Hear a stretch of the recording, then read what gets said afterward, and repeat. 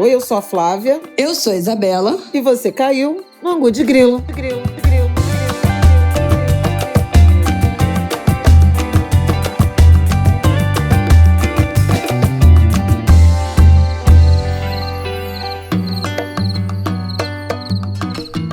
Oi, gente! Boa terça-feira pra vocês! Como vocês estão? Angu de Grilo 199 no ar. Como você tá, Flávia? Tô cansada, porque esse fim de semana eu dei plantão. Então não foi nem de ferro. Foi mais de trabalho e, nossa, quinta eu tava em Brasília, sexta amanheci com a operação da Polícia Federal e o fim de semana foi só isso, né? Então, dureza, mas seguimos aqui.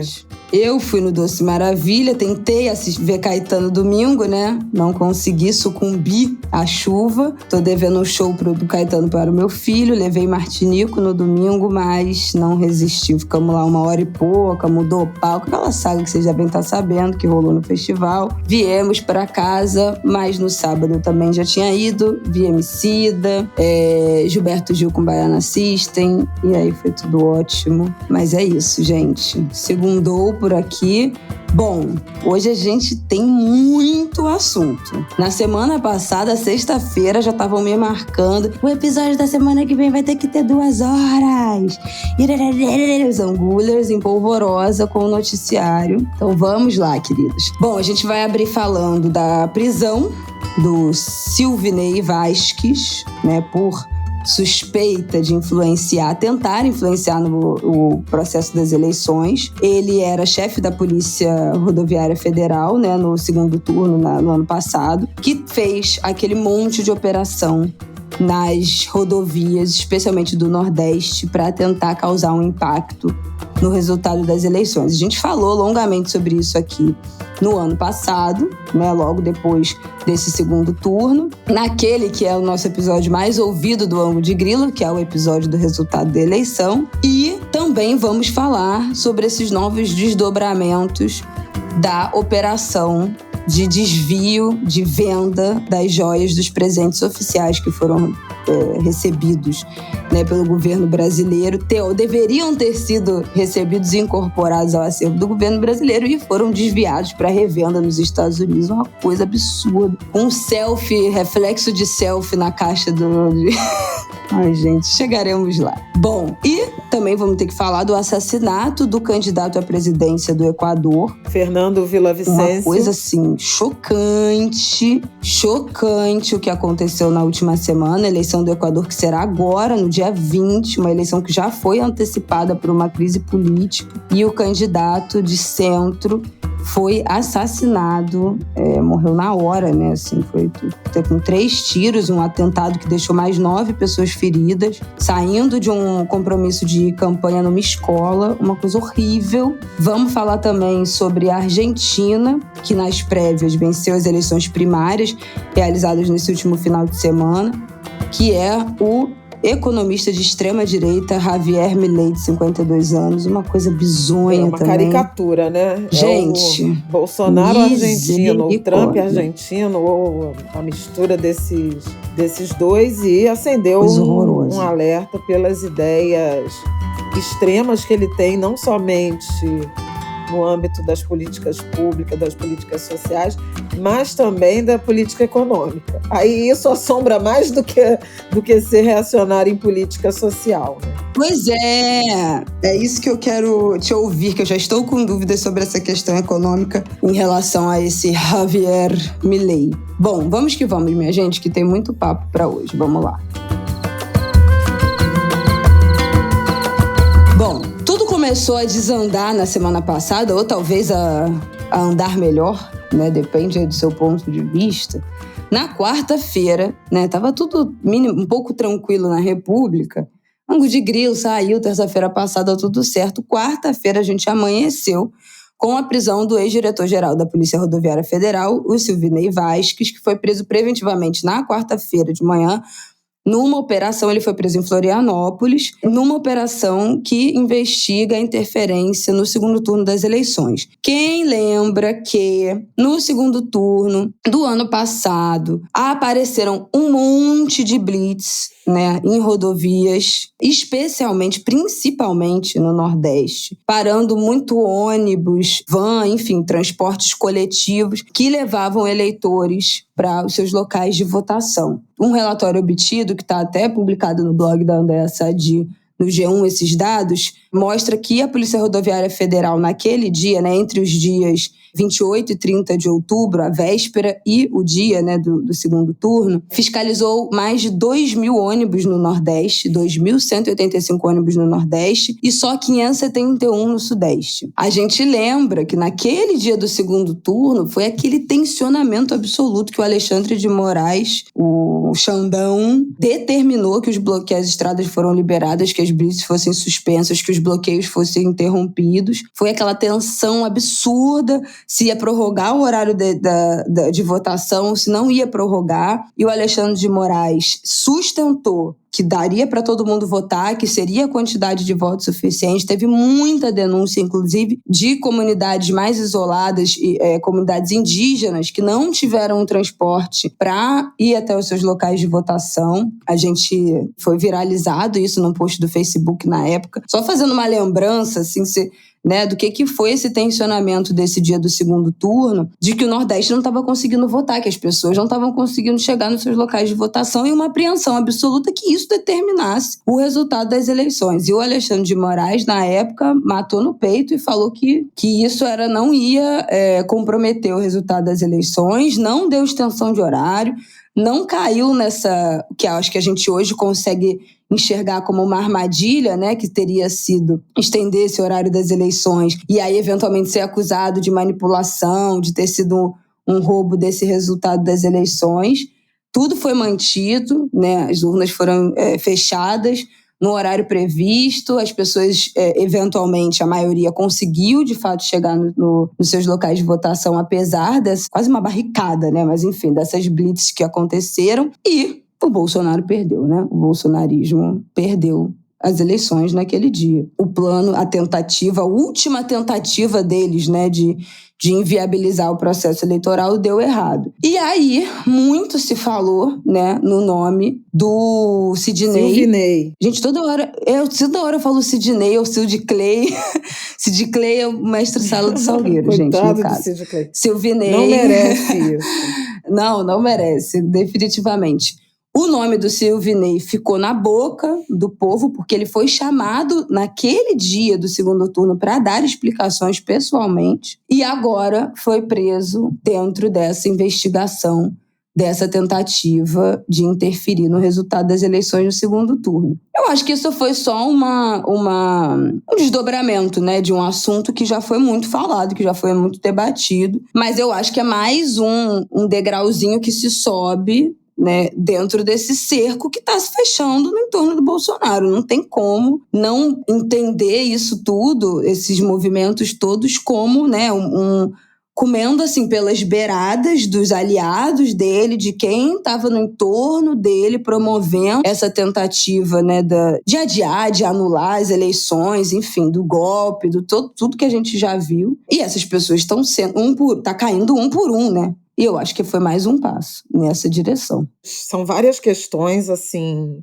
todas muito graves em relação ao que aconteceu nas eleições, e a prisão do Silvinei, ela foi super importante, a gente lendo a petição, né, e a decisão do ministro Alexandre de Moraes, no encadeamento para fechar a trama da série de episódios de tentativa de ataque às instituições, ataque ao sistema eleitoral e, posteriormente ao resultado das eleições, a tentativa de golpe, né? Que teve seu clímax no dia 8 de janeiro de 2023, mas que não foi a única tentativa, né?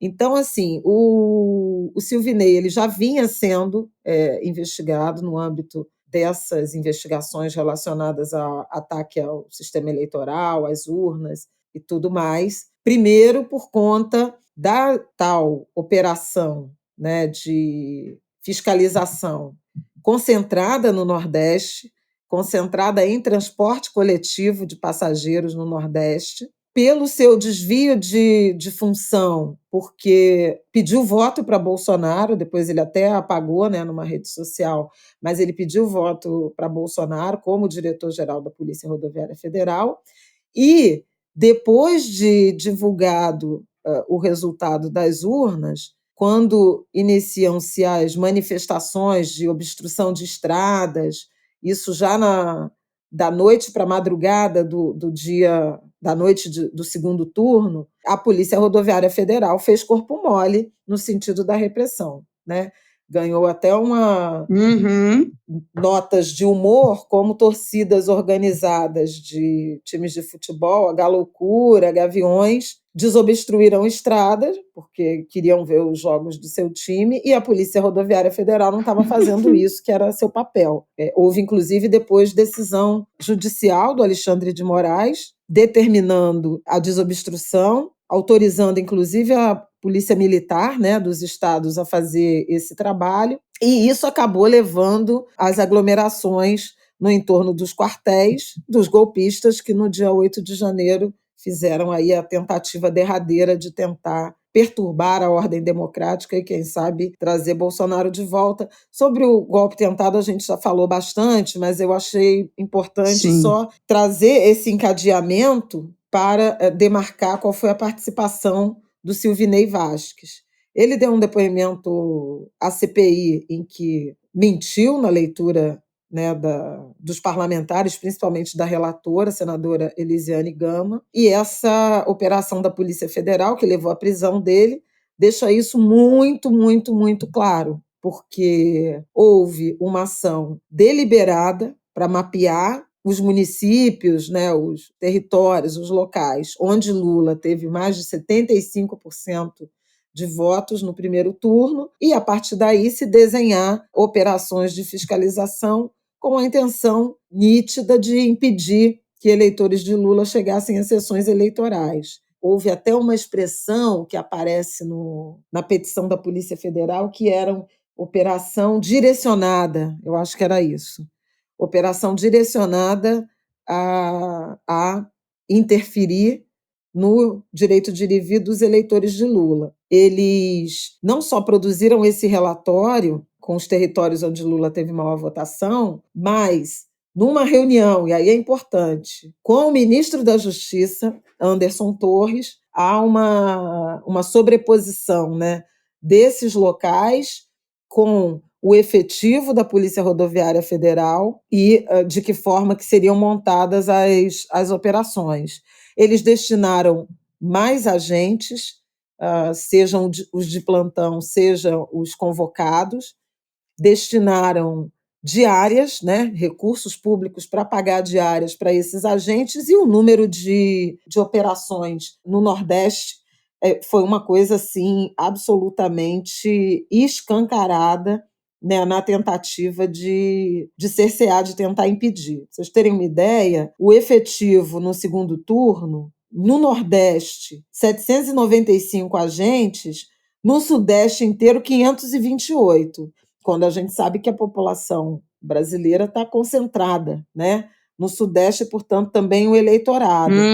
Eles destinaram quase R$1 milhão para pagamento de diárias, R$997 mil para pagamento de diárias no efetivo designado para as operações no Nordeste. Até então, o então ministro da Justiça, Anderson Torres, que depois virou secretário de Segurança do Distrito Federal, dizia que a Polícia Rodoviária Federal era um órgão autônomo, uma instituição autônoma, e que agiu sozinha, né, na direção de elaborar esse plano de fiscalizações de operações no dia da eleição. Ele deu depoimento à CPI na terça-feira, dia 8, dizendo tudo isso, até causou certo espanto, que ele poderia ter usado o direito de permanecer calado, mas ele respondeu às perguntas dos parlamentares, e dizendo sempre que não teve conhecimento, que não se envolveu no que diz respeito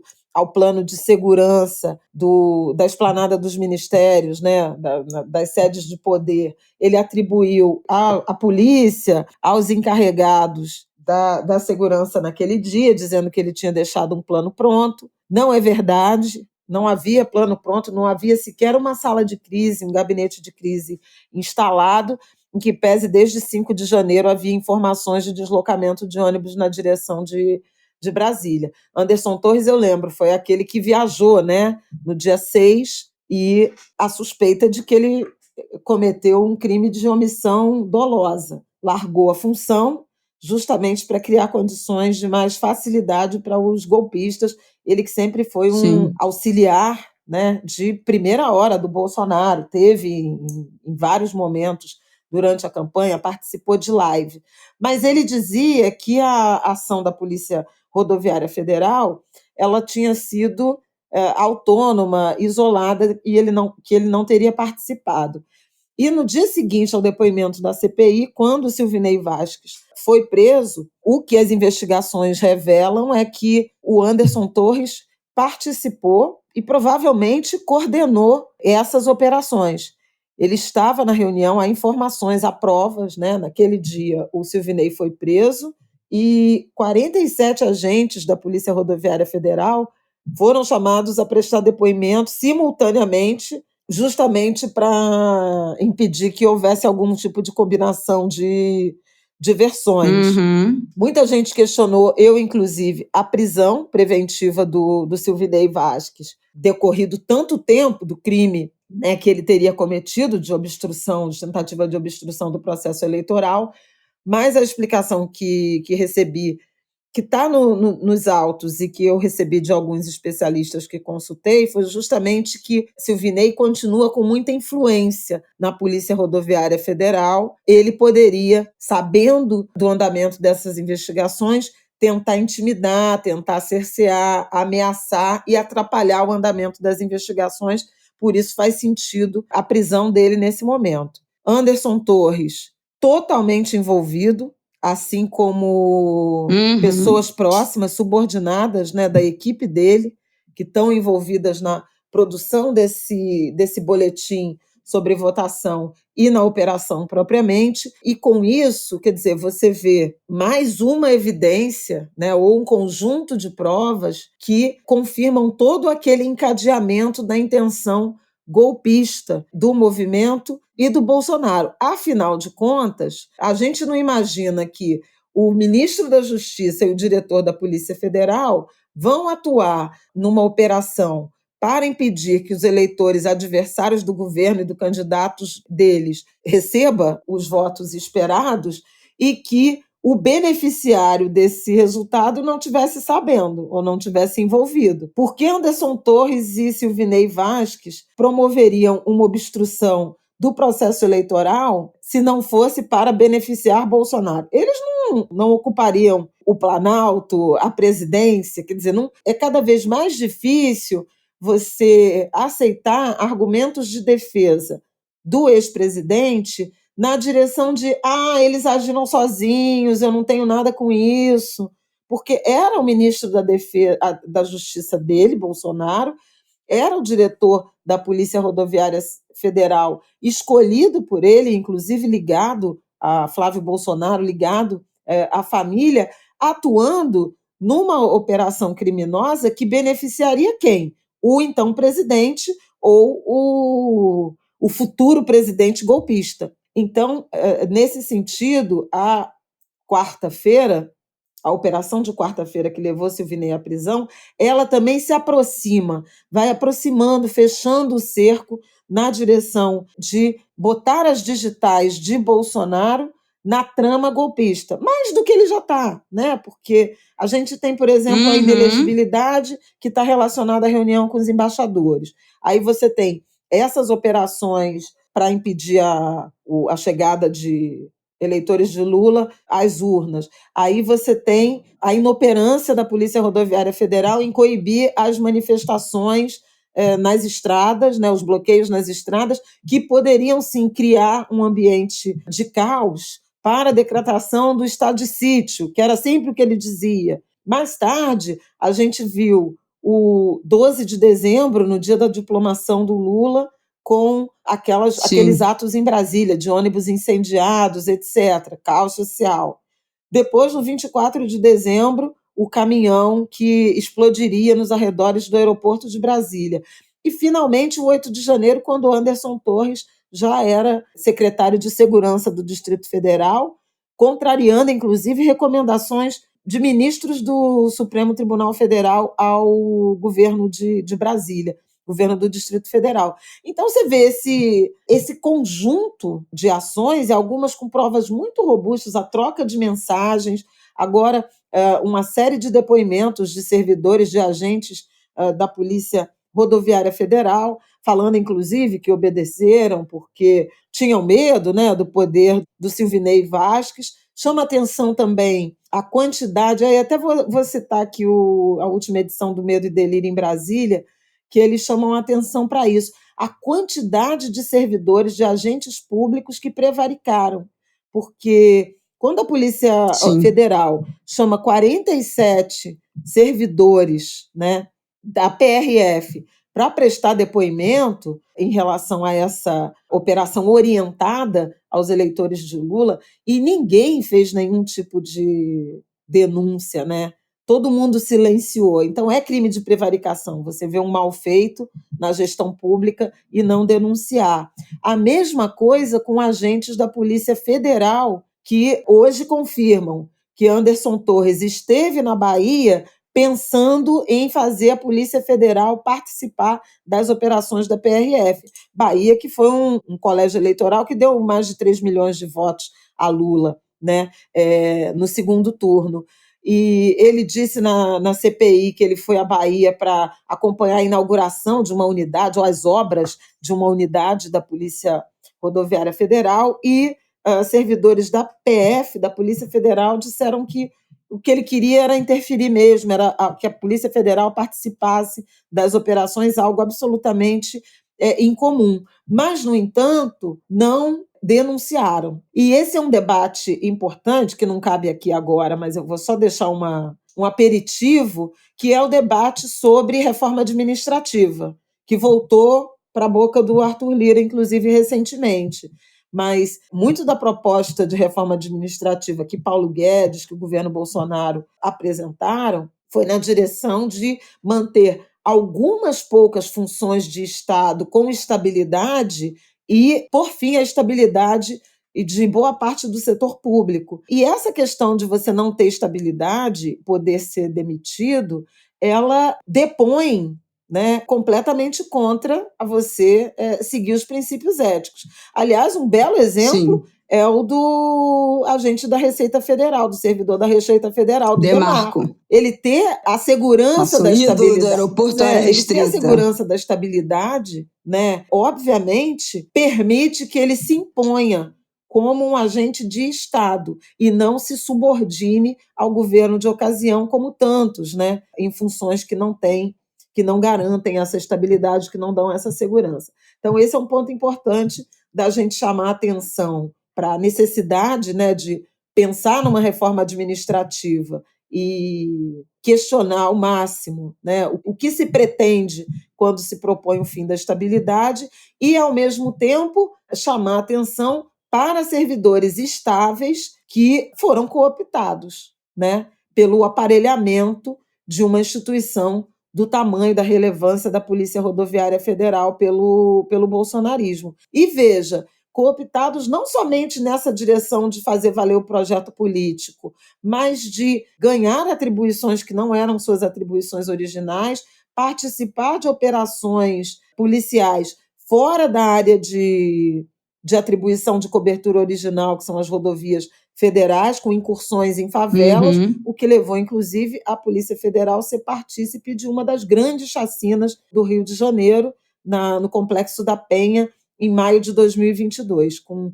23 ou 24 mortos, juntamente com a Polícia do Rio de Janeiro. Então, assim, uma deturpação total do papel institucional, das atribuições dessa corporação e essa apropriação pelo projeto político do bolsonarismo.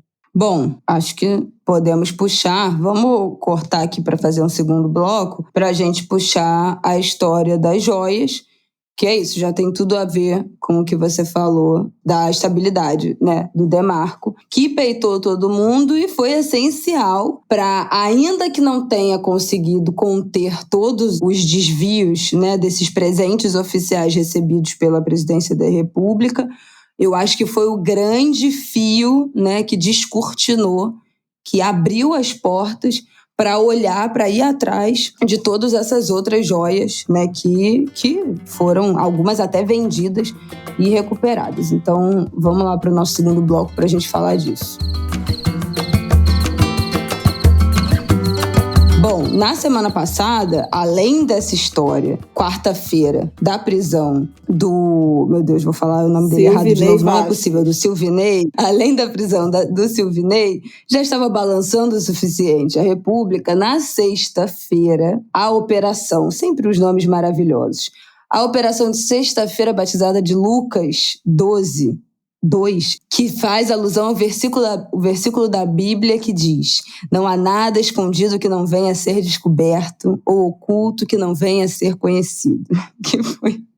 Que foi a operação de sexta-feira da investigação da tentativa, que foi a estratégia, né, que foi encabeçada por militares ligados ao Bolsonaro, de vender ilegalmente esses presentes dados ao governo brasileiro por delegações, por governos estrangeiros. Bom, a gente tem um conjunto assim, de joias de quase 1 milhão, avaliados em quase 1 milhão de reais, que são os seguintes, vamos lá, os objetos investigados. Nós temos estátuas de palmeira e um barco folheado a ouro recebido por Bolsonaro em visita ao Bahrein em 2019. Nós temos joias presenteadas pelo governo da Arábia Saudita, um conjunto da Chopar, eu não sei como é que fala, que tem uma caneta, um anel, um par de abotoaduras, um rosário árabe chamado Masbarra e um relógio que foi recebido pelo ministro de Minas e Energia, Bento Albuquerque, depois de uma viagem à Arábia Saudita em outubro de 2021, que também foi desviado, né, do acervo, foi para o acervo privado, foi desviado do que deveria ser o acervo do governo, né, da União, e o TCU ordenou que o kit fosse devolvido ao acervo da União meses depois desse desvio. Também temos um relógio de $51 mil que foi vendido ilegalmente pelo Mário Cid. Gente, essa peça nem chegou, é um relógio Patek Philippe, nem chegou a ser registrada no acervo do governo. Foi um presente recebido em novembro de 2021 também pelo Reino de Bahrein. Tem mais um? Não, eu acho que são esses 3 ou tem outro? Eu achava que tinha outro. Não, são esses. São os 2 conjuntos. Um conjunto rosé, um conjunto de ouro branco, o relógio Patek Philippe e as 2 esculturas. Pois é isso. Então, essas as joias que foram investigadas, algumas até anunciadas, né, colocadas em sites, o conjunto da Chopar da Arábia Saudita chegou a ser anunciado em um site de leilão nos Estados Unidos, com lance inicial de 50, eu acho que era avaliado em $120 mil, né, com lance inicial de $50 mil.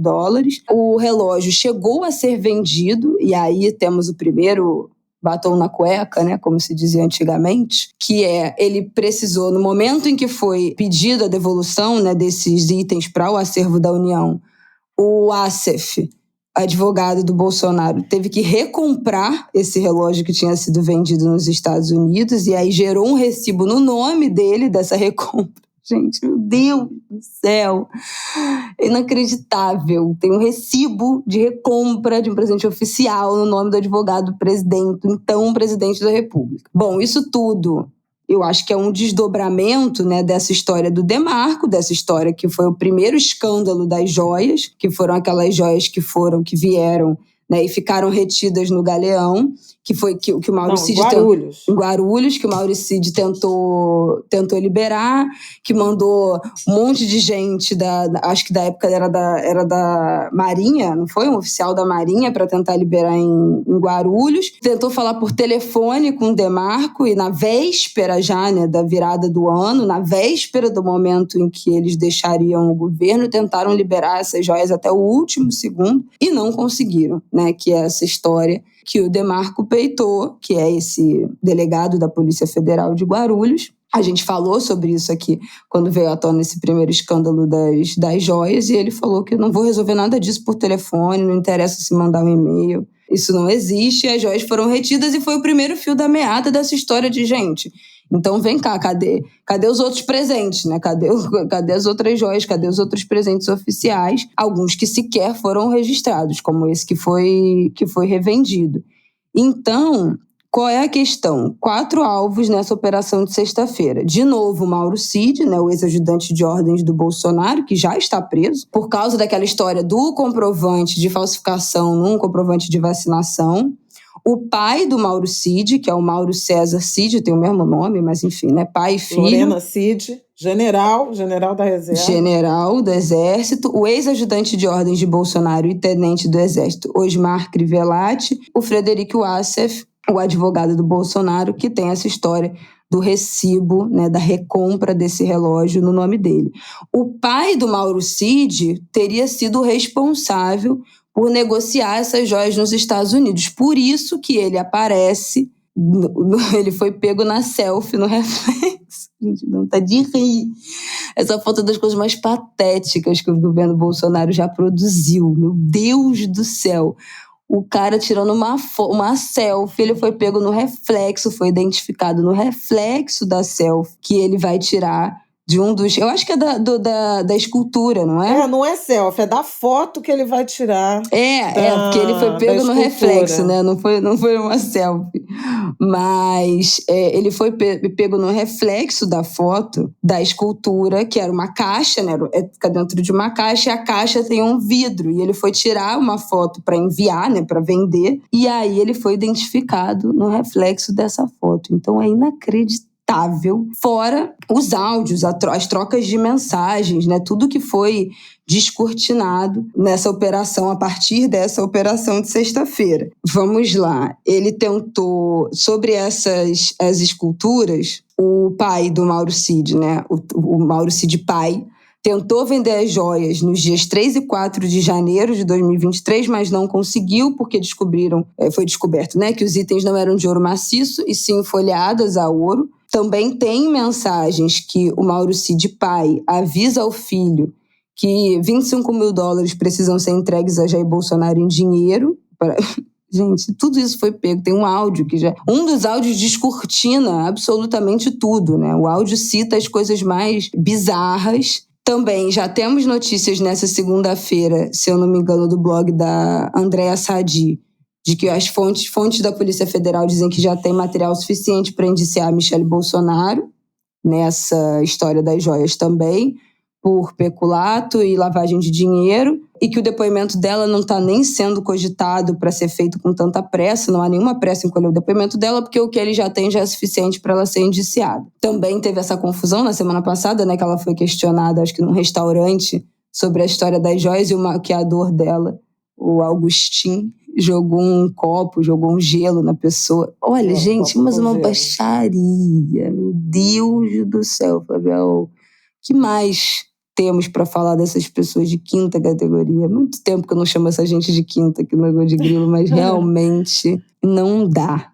O que eu acho fundamental, a decisão do Alexandre de Moraes, que relata, né, todo o passo a passo, as evidências colhidas pela Polícia Federal, ela é absolutamente impressionante. É um documento de, acho que, 105 páginas, que eu tive, enfim, a curiosidade, a obrigação também profissional de ler, e é absolutamente estarrecedora. Primeiro, começa que essa investigação ela é um desdobramento, está no âmbito daquele inquérito das milícias digitais, e a Polícia Federal vê indícios, e o ministro Alexandre não refuta, de 5 eixos de atividades criminosas que se relacionam desde os ataques à reputação de opositores, adversários políticos, ao ataque às instituições, às urnas eletrônicas, ao sistema eleitoral, à tentativa de golpe, o próprio enfrentamento à pandemia, com ataques às vacinas e tudo mais, e o uso da estrutura do Estado para vantagens pessoais. É curioso você imaginar esses 5 eixos de ilegalidades, né, de prováveis crimes, pensando que, em paralelo ao projeto de poder político, de tomada das instituições, de perpetuação desse grupo no poder, no comando do país, você tinha também o projeto de enriquecimento a partir do uso desse poder, né, do acesso a esse poder. Não era só ideológico, era patrimonial. Muita gente pensa no sentido meios que justificam os fins, né, numa escalada, numa disputa de poder, numa briga ideológica. Eventualmente, essa disputa foi até caracterizada como uma guerra do bem contra o mal, né, com notas religiosas, mas tinha ali também o objetivo do enriquecimento ilícito e à custa do patrimônio do Estado. Aí, antes de falar objetivamente das operações, né, de tudo que a polícia descobriu e das provas que esses indivíduos produziram contra eles próprios, aliás, é típico do bolsonarismo, né, no golpe tentado também a gente vê uma produção muito robusta de provas contra eles próprios, o que indica ou incompetência e ingenuidade ou uma profunda certeza na impunidade ou da perpetuação do poder, e também de onde a impunidade decorreria. Mas me dá uma certa tristeza, confesso, pensar que por trás disso está um destino melancólico desse país, né? Porque quando você pensa que é o poder pelo poder, é tomar o poder, dominar, né? Dominar a democracia, limar a democracia e tomar o poder de uma forma autoritária e permanente, se perpetuar nessas posições, isso vai à origem, né, da invasão e da colonização, e pensar na construção de patrimônio pessoal também. Então, assim, são novos colonizadores, novos bandeirantes, novos opressores, porque também se ancoram na desqualificação do outro, e como outro você pode compreender mulheres, negros, indígenas, população LGBTQIA+, direitos humanos, né, os direitos fundamentais. Enfim, então tem uma melancolia de um certo caramba, é isso mesmo que é o Brasil de novo, né? E sempre, inclusive pensando até na metáfora do ouro, das joias, né?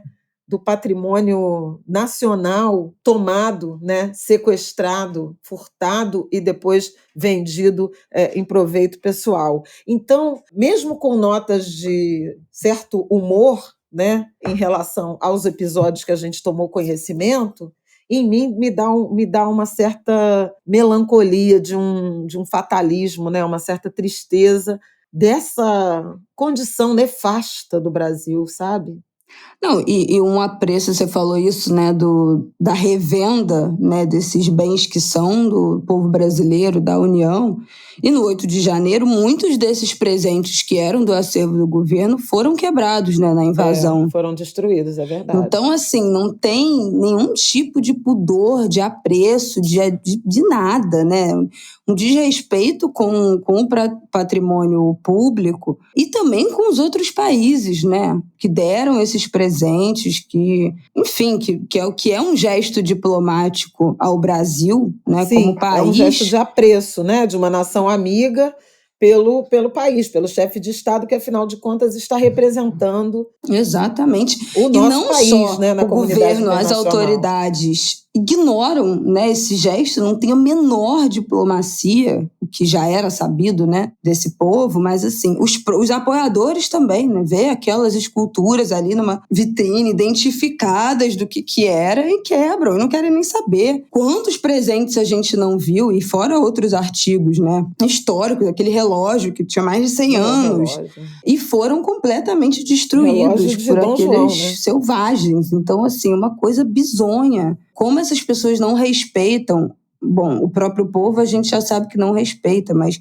não tem nenhum tipo, assim, de diplomacia, né? Cara, não faça... É uma lógica da pilhagem mesmo. É impressionante. É uma lógica da pilhagem. Eu, mais de uma vez, já escrevi, classifiquei Bolsonaro como um neobandeirante. A forma como ele se comporta, inclusive no que diz respeito à exploração das riquezas minerais, né?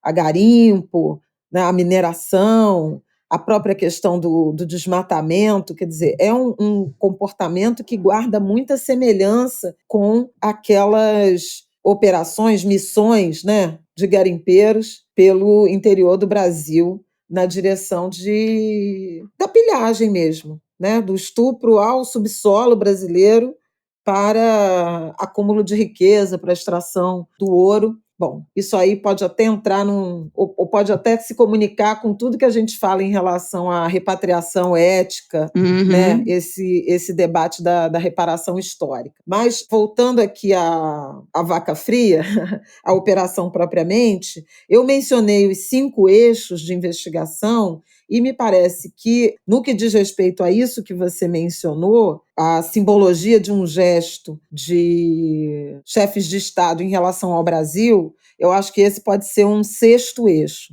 Acho que tem alguma dúvida em relação a aqueles presentes foram, de fato, presentes de um chefe de Estado estrangeiro a um chefe de Estado brasileiro e, portanto, deveriam, sem sombra de dúvida, integrar o patrimônio da União, ou eles foram remuneração por algum serviço prestado por algum acordo nefasto? E por que essa pergunta cabe e deve orientar um outro eixo de investigação?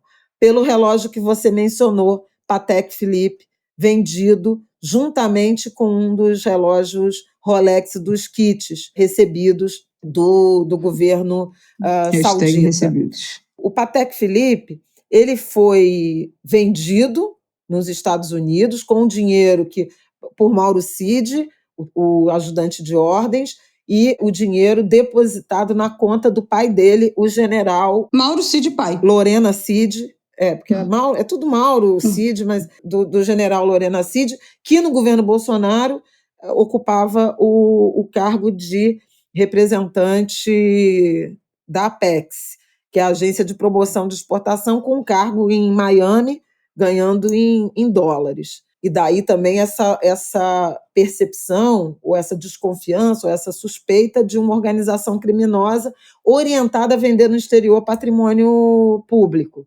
O que supostamente era patrimônio público, porque há dúvida. O relógio Patek Philippe, por exemplo, saiu do Bahrein, ele aparece numa mensagem de Mauro Cid para Bolsonaro, com a foto e o certificado desse relógio durante uma visita oficial ao Bahrein, a visita em que Bolsonaro recebe a palmeira e o barco, folheados a ouro, mas sem valor monetário significativo, mas ele não foi listado como patrimônio da União, ao contrário da palmeira e do barco. O que sugere que ou eles roubaram na origem um presente dado para um chefe de Estado, ou foi dado não a um chefe de Estado, foi dado por um motivo outro. Mas pode? Desconhecido. É isso que eu ia perguntar. Pode um chefe de Estado presentear o outro?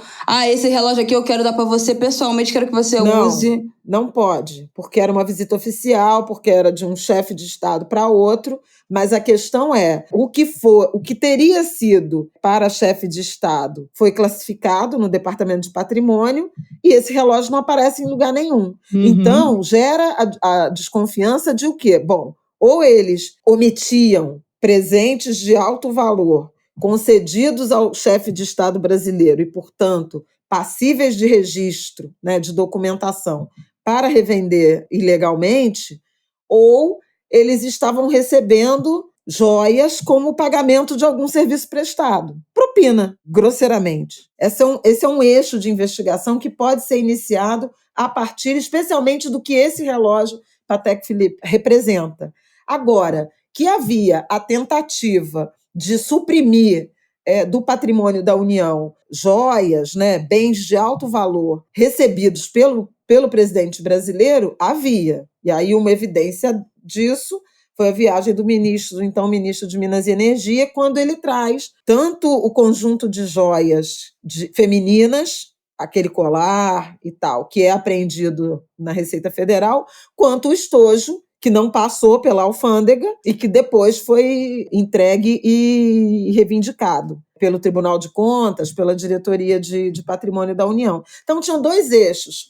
Fingir que aquilo não era um presente para a União, seja não registrando e vendendo, seja registrando e classificando como presente personalíssimo e, portanto, passível de ficar com o presidente quando ele saísse do poder. Agora, não necessariamente, quer dizer, primeiro que pelo valor já não poderia ser considerado personalíssimo. E segundo, que ainda que fosse, você tem algumas prerrogativas a serem cumpridas se um presidente resolve se desfazer de um presente personalíssimo que lhe foi dado.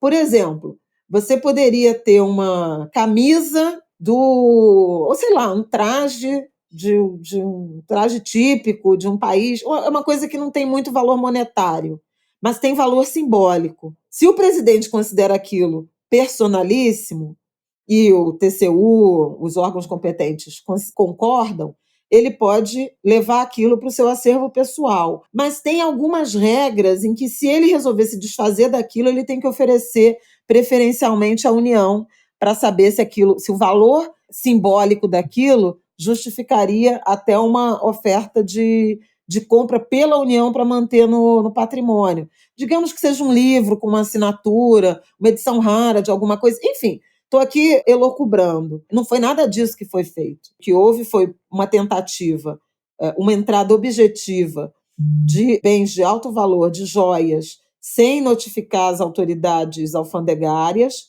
uma delas descoberta pelo agente da Receita Federal, que segurou a caixa das joias mais caras, inicialmente estimadas em 16 milhões de reais, depois corrigidas para 5, a omissão de outros conjuntos, a tentativa de fazer dessas joias, desses conjuntos de joia, relógio, caneta, patrimônio personalíssimo do presidente, e a decisão de fazer dinheiro, de transformar esses ativos reais em ativo monetário, né? Eu acho que eu já falei isso aqui. Joias são um patrimônio físico, um ativo material, facilmente transformável em ativo financeiro. Não é por acaso que, quando tem alguma instabilidade global, o preço do ouro sobe, porque o ouro você compra e leva para casa.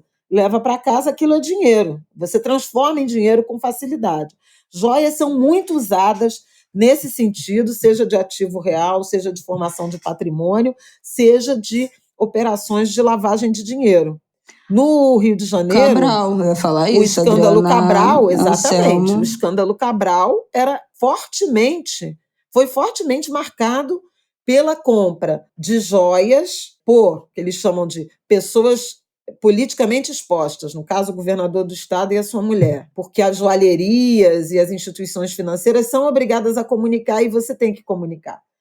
Quando a gente abre uma conta no banco, você responde essa pergunta, se você é politicamente exposto ou se você se relaciona com alguém, como tem parentesco, com alguém politicamente exposto, justamente porque as suas operações financeiras são, em alguma medida, monitoradas, acompanhadas. O Cabral, ele usava dinheiro de propina, isso aí a Operação Lava Jato do Rio mostrou, e 2 joalherias fizeram acordo de leniência com o Ministério Público Federal para se redimir desses erros cometidos. Então, ele comprava com dinheiro de propina joias que eram, primeiro, não formadas para as autoridades financeiras. Segundo, pagas com dinheiro vivo no Brasil ou com depósitos no exterior e vendidas sem nota fiscal ou com nota fiscal subfaturadas. Ou seja, era um jeito de limpar um dinheiro sujo, né? E quando eclodiu a operação aqui no governo do Rio, a Polícia Federal, as investigações retiveram mais de 400 joias da então primeira-dama, ex-primeira-dama, né, na época, já ex porque ele renunciou, né, antes de entregar para o Pezão. Quando ele foi preso, ele já era ex-governador. Pela ex-primeira-dama Adriana Anselmo. Mas o esquema do Rio de Janeiro, que usava, assim, joia, era um esquema de propina, compra a joia de forma a não ser E tinha até essa história, né, de que ela viajava para os Estados Unidos com essas joias. Então as joias eram levadas para fora do país. Porque é isso, você pode perfeitamente... Gente, você entra no site de qualquer joalheria dessas maiores, você bota assim, ver todas as joias, organizar do maior preço para o menor preço. Você facilmente encontra colares de 100 mil reais, até de 300 mil reais, dependendo da marca, né, da grife. Então, assim, você compra um colar de 300 mil, você bota no pescoço, viaja, acabou, né? Seria o equivalente a você viajar com uma mala de 300 mil reais em dinheiro, o que seria, né, o que inclusive não pode, né, no caso, mas assim, não sem declarar.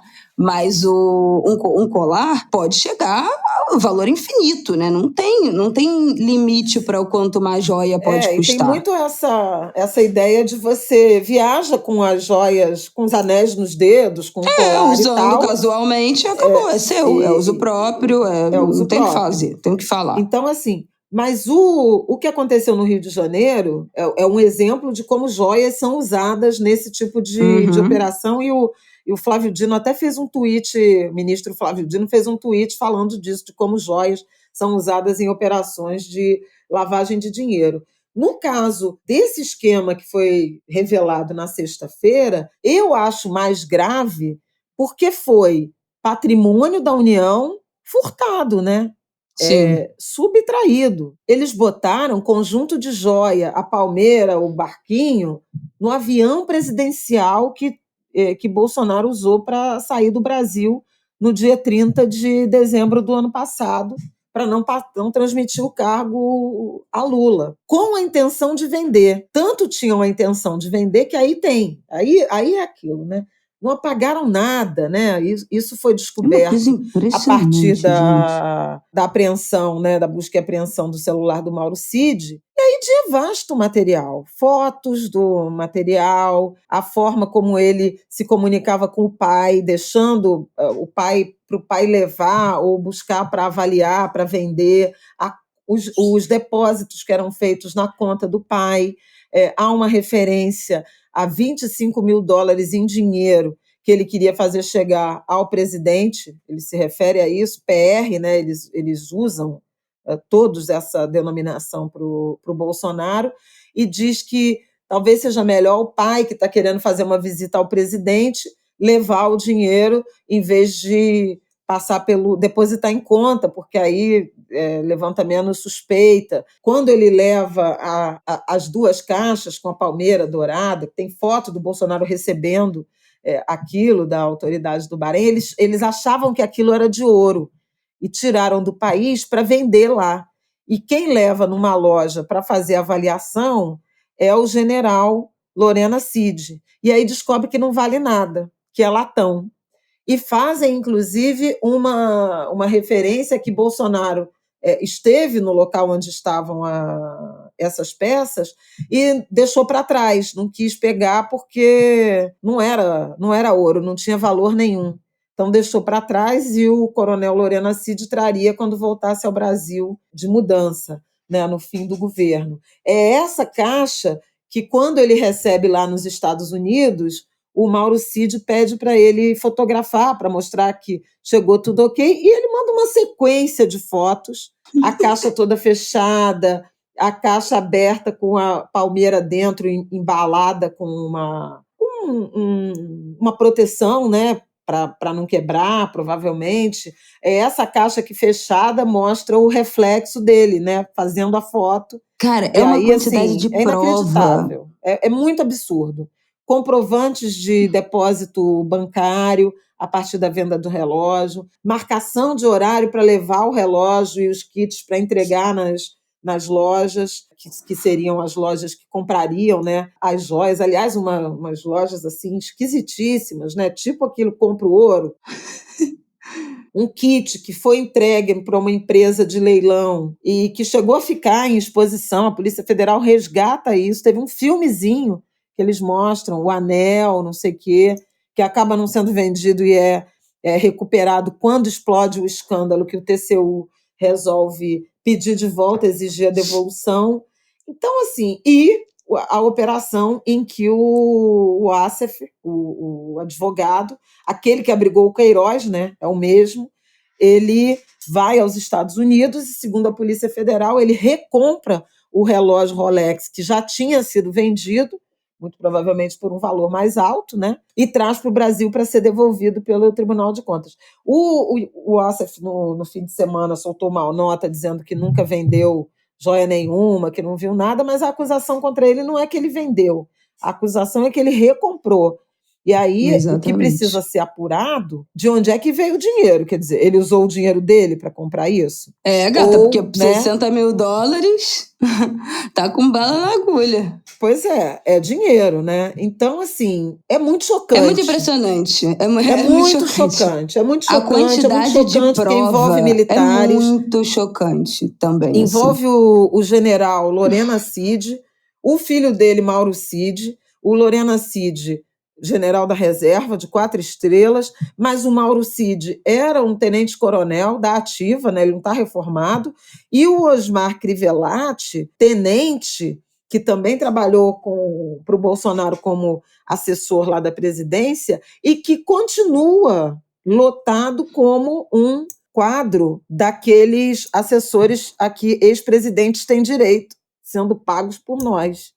Então, ele está com o Bolsonaro até agora, e ele aparece nessa trama, inclusive falando com o responsável pela área de patrimônio sobre o que pode, o que não pode vender, o que é pessoal, o que não é. Então, inclusive, eles tinham conhecimento da legislação, de que aquilo não seria possível, de que aquilo não era correto do ponto de vista da legislação. Fora isso, falsificou certificado de vacina, mas, assim, é muito chocante quando você lê a troca de mensagens e a forma como eles agiram para, por exemplo, vender a Palmeira e o desapontamento deles, né, quando descobre que aquilo não tem valor monetário, que aquilo é latão, quando eles descobrem que vão ter que devolver o kit rosé, que é avaliado em aproximadamente $120 mil.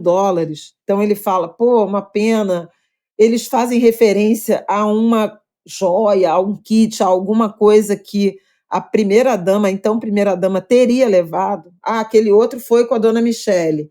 Então, aparentemente, que joia é essa? Ela se apropriou ou ela também vendeu? Por isso, o pedido da Polícia Federal e também da CPMI dos atos golpistas de quebra de sigilo bancário e fiscal de Bolsonaro e Michele. O celular, a busca e apreensão também alcançou o celular, por exemplo, do general Lorena Cid. Se ele for que nem o filho, que deixou tudo no celular e no e-mail, e não pagou nada, pode efetivamente chegar em comunicação com o Bolsonaro, já que ele, por exemplo, levou os $25 mil, né? O relógio Patek Philippe, na verdade, o Mauro Cid manda uma foto, tem uma foto que ele manda do relógio e um certificado que ele manda para um celular que está salvo como presidente, acho que presidente Bolsonaro, agosto de 2021, o que sugere que ele trocava de celular com regularidade. E ele está,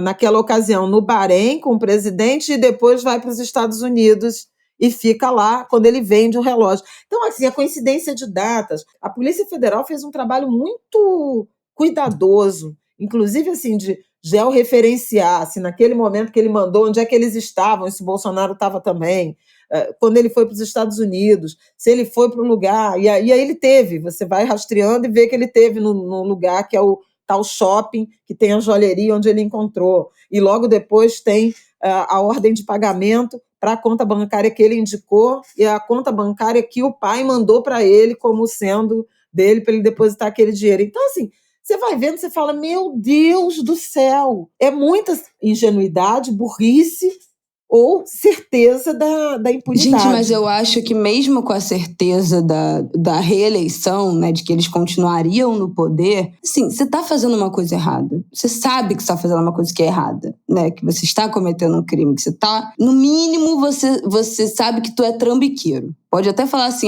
mas isso não é um crime de verdade. Mas é trambique, no mínimo. E você deixa todas as provas, você deixa todos os rastros. Não dá pra acreditar numa coisa dessa. Então, assim, pelo amor de Deus, ainda que tivesse uma certeza de vitória, você não comete crime e deixa todas as provas. Sabe assim, por isso que eu acho que não é possível que não seja...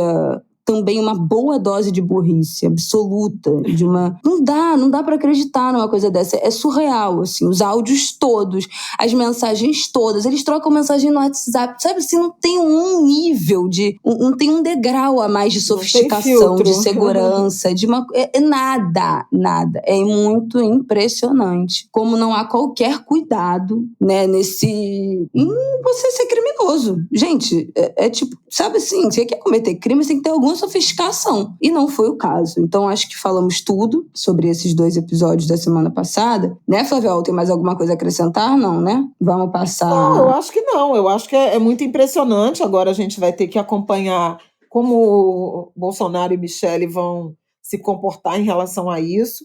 Essas novas provas que a Polícia Federal diz ter, por exemplo, de que o Assaf recomprou o relógio, isso também liga a Bolsonaro. Há um eixo de investigação sobre o uso dessa venda de patrimônio para financiar também os atos golpistas e os golpistas, né, na linha do inquérito de apuração sobre os financiadores dos atos. Então, assim, tem muita coisa rolando. Em breve voltaremos nesse assunto. Ainda vai ter muito desenrolar dessas histórias. Porque, veja, o arquivo do Mauro Cid, que a CPI teve... Porque aí esse é o ex-Polícia Federal. A CPMI teve acesso a arquivos, 17 mil e-mails, né? Inclusive e-mails que ele estava recebendo informação do GSI. Ficou na lista, né? Aparentemente, ficou na lista de pessoas, né, do quadro mailing de colaboradores que recebiam, inclusive, informações sobre o sistema de segurança de Lula. Um negócio absolutamente bizonho, inaceitável, gente, inclusive bizonho. Do governo novo, né? Assim, constrangedor, né? Constrangedor. O próprio governo Lula com mecanismos de controle muito frágeis, né, em relação Esse negócio de GSI, realmente... Pois é. Já deu, né? Então, assim, os desdobramentos serão muitos. Para terminar, semana passada, o Luiz Barroso, ministro do Supremo Tribunal Federal, foi eleito o próximo presidente, ele que vai suceder a Rosa Weber, a ministra Rosa Weber, e a principal missão dele vai ser justamente o julgamento dos golpistas, né? A Procuradoria-Geral da União recomendou a condenação, o procurador Carlos Frederico, não foi o Aras que assinou, e o Alexandre de Moraes disse que vai deixar o processo pronto no próximo mês e meio, 2.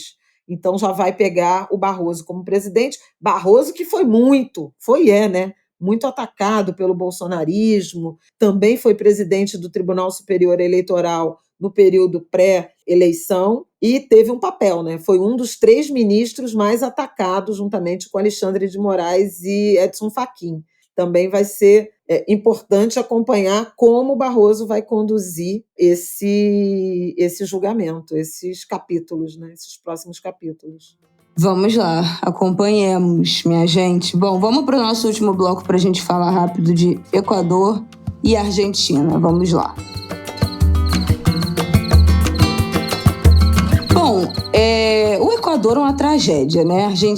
Então, igual aquele tweet, o Equador uma barbárie, a Argentina um absurdo. O Sildinei, o Silvio de Clay, o Silvinei... um criminoso, o Mauro Cid um idiota. Então, é basicamente isso.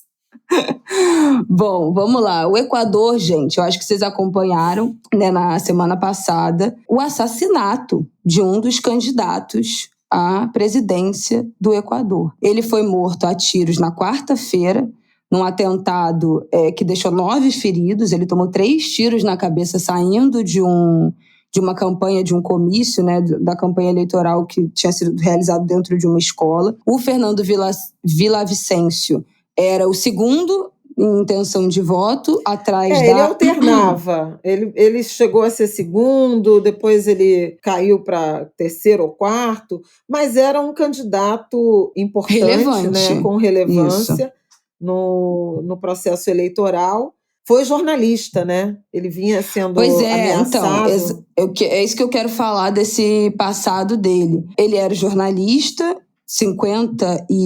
eu tinha lido 59 anos, depois li 52 anos. Não, 59. 52 é o da Argentina. Ele tinha 59 anos e ele trabalhou durante muito tempo como jornalista, denunciando todo tipo de corrupção. Ele era o grande antagonista, como é o nome dele? Rafael Correia, que é o ex-presidente ligado à candidata que era a primeira em intenção de voto, que está liderando essas pesquisas. Eles denunciaram, ele e o companheiro, que agora, o companheiro jornalista, amigos desde a época da universidade, que será o candidato à presidência, que é o Christian Zurita, que vai ser o substituto do Villavicencio. Eles são colegas jornalistas há 25 anos e fizeram muitos trabalhos de denúncia juntos, inclusive de casos de financiamento ilegal nas campanhas do partido do Rafael Correia, que é esse ex-presidente. Ganharam prêmios por conta dessas investigações, dessas matérias, dessas reportagens que eles fizeram. Pagamento ilegal feito por diversas empresas, incluindo até o The Best no meio desse assunto. Suborno, enfim, eles fizeram muitas denúncias como jornalistas dessa carreira política problemática desse Rafael Correia, ligado à candidata que aparece em primeiro nas pesquisas, Luísa Gonzalez. E aí, além dessas denúncias, dessas investigações políticas, né, de financiamento ilegal,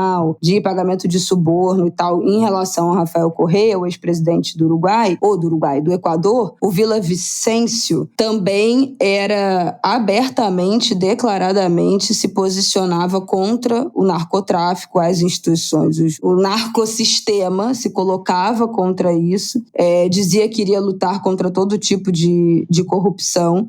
Então, eu acho que ficou uma dúvida, né? A princípio ainda tem a dúvida de quem foi o mandante desse crime. 6 pessoas foram acusadas, né, de terem, enfim, atuado nesse atentado, 6 suspeitos, todos colombianos de nacionalidade, mas ainda não se sabe quem foram os mandantes ou quem foi o mandante desse crime. Mas ele se colocava, né, ele era o grande antagonista desse Rafael Correia e também se posicionava, anteriormente já tinha até se posicionado como esquerda moderada, né, mas agora se identificava como centro e tinha como uma das suas promessas de governo combater o narcotráfico. Então, e as estruturas é isso que eu queria lembrar. Tinha como alvo, né, de campanha combater as máfias políticas que estão ligadas ao narcotráfico e as estruturas criminosas do garimpo ilegal e também as estruturas corruptas do setor público. Então, assim, o cara estava, né, contra uma gente que é muito pesada. Uma galera muito barra pesada, a gente vê porque a gente sabe. Tanto que a gente falou de garimpo nos últimos anos no Brasil, né? E o tamanho dessa estrutura, o tamanho desse financiamento. Até agora não se sabe quem foi o mandante nesse crime. As eleições do Uruguai já tinham sido antecipadas porque o atual presidente, Guilherme Lasso, está sob ameaça de impeachment, dissolveu o Congresso. Então, a eleição foi antecipada por causa dessa instabilidade política absurda. Vai acontecer agora no dia 20, no próximo domingo. O governo decretou estado de exceção por causa desse crime, mas a eleição precisa ser mantida porque foi motivada, né, essa antecipação das eleições foram motivadas por condições extraordinárias, então o governo é obrigado a manter a data, mesmo com esse crime, mesmo com essa comoção, mesmo com essa tragédia, esse absurdo. E aí, inicialmente... Foi a primeira vez que esse dispositivo constitucional foi usado. É bem complicada a história do Equador, né? É realmente um ambiente de profunda instabilidade política, de crise econômica também. Essa também é uma realidade do país no momento. E a escalada do crime, especialmente homicídios relacionados aí aos grupos civis armados do tráfico internacional de drogas. Houve uma primeira, inclusive, informação de que uma facção do crime organizado reivindicou a autoria, mas há dúvidas se foi efetivamente essa, e os assassinos que, supostamente, supostos assassinos que foram presos são colombianos, o que demonstra aí algum tipo de envolvimento com o tráfico internacional de drogas. Eu também não acho importante chamar atenção para a situação amazônica, né? O Villavicencio foi assassinado no dia do encerramento da cúpula de países amazônicos que o Lula convocou. Aconteceu em Belém, segunda e terça da semana passada, com participação, inclusive, do governo do Equador. Os 8 países que formam a Organização do Tratado de Cooperação Amazônica são Brasil, Bolívia, Guiana, Equador, Suriname, Venezuela, Colômbia e Peru. Então... Guiana, faltou. Guiana, eu falei Guiana. Guiana francesa. E veja, no documento final, que eles chamaram de Declaração de Belém, há 7 tópicos que tratam justamente de cooperação na área policial, de investigação e de enfrentamento ao crime organizado.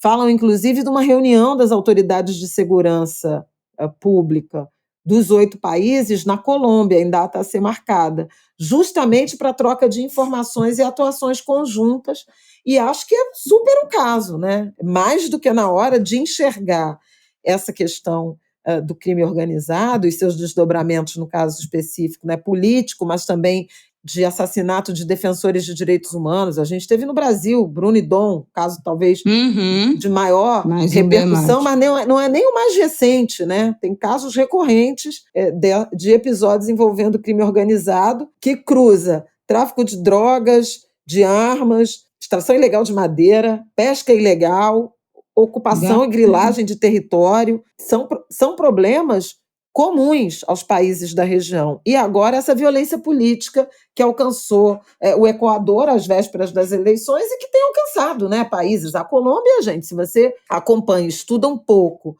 a questão das Farc e do cartel de Pablo Escobar, a quantidade de assassinatos políticos que foram cometidos na Colômbia, e de jornalistas também, e o Villavicencio combina as duas coisas, porque ele era um jornalista investigativo, importante, corajoso em denunciar o crime organizado e suas conexões políticas, e depois se torna um político. A mulher dele disse que houve falha no esquema de segurança, porque ele jamais poderia ter saído pela porta pela qual entrou, com uma quantidade de gente, uma aglomeração, ele teria que ter saído pelos fundos, e o esquema de segurança falhou. As investigações vão mostrar se houve falha ou conivência.